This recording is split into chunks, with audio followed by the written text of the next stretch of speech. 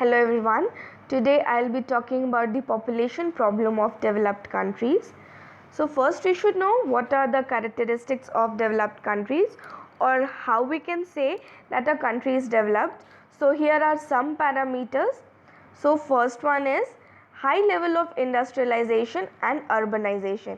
So a developed country has high level of industrialization and urbanization, that is the economy of the country is more or less dependent on industries and the cities are highly urbanized.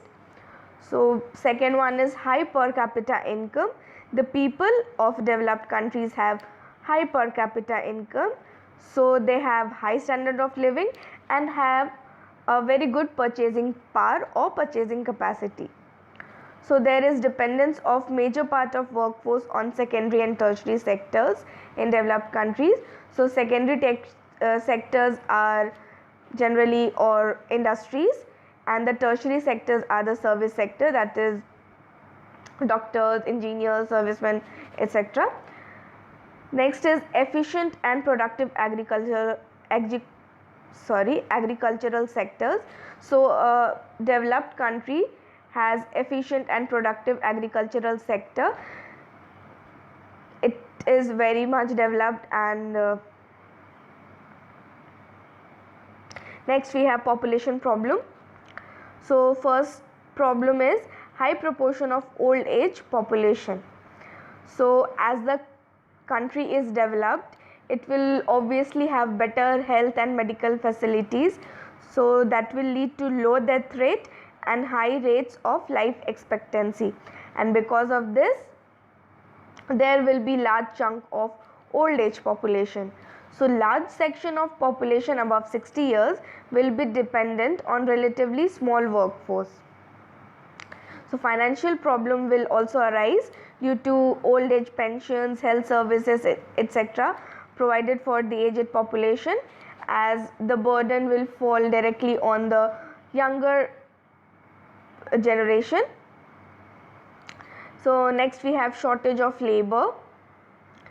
So as the population will mainly have, or it will consist of people above the age of 60 years, so that they are not involved in workforce, so it will lead to shortage of labor.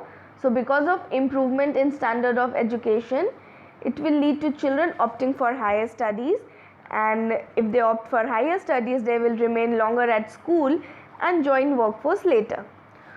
So this will lead to slow expansion of workforce. For instance, there have been cases of shortage of labor in countries of Europe, so we all might have seen that scenario, or that might have heard of it at least. So next we have that high wage rate disrupt the overall economic pattern. As there is shortage of labor, the labor will ask for high wage rate, so this will disrupt the economic pattern, as people will have to pay more because of absence of workforce. Next is out migration to towns.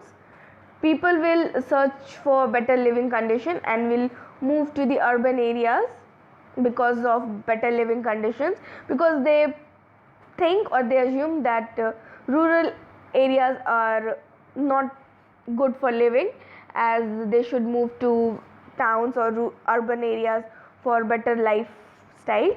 So this will lead to distorted demographic structures, especially in rural areas. And then agricultural sector will be neglected, as the major population or major chunk of population will move to urban areas from rural areas. So next we have congestion in towns. As the people will move to urban areas, it will lead to congestion in towns. So it will lead to pressure on civic amenities, that is transport, housing, etc. Next, the population and social tension will lead to heart disease, breathing problems, lung and skin problems, etc. Basically, they'll have some lifestyle diseases as they are not used to this lifestyle. That is why lifestyle in cities are very different from the lifestyle in villages. So next we have growth of slums. As there will be migration and there will be burden on urban areas, there will be growth of slums, which will be result of unregulated growth in urban centers. This will also lead to encroachment of highly productive agricultural land, and this encroachment will be because of construction work, because of houses, because of roads, because of industries, anything. So that's for